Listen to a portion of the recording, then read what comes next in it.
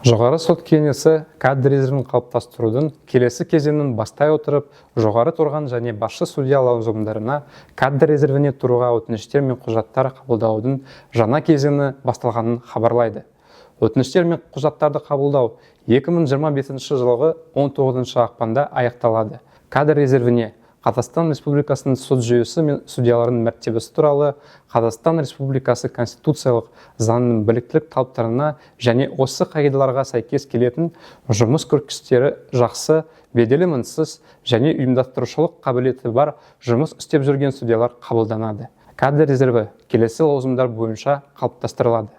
Аудандық соттың төрағасы, облыстық соттың судьясы, облыстық соттың сот алқаларының төрағалары, облыстық соттың төрағасы, жоғарғы соттың судьясы, жоғарғы соттың сот алқаларының төрағалары.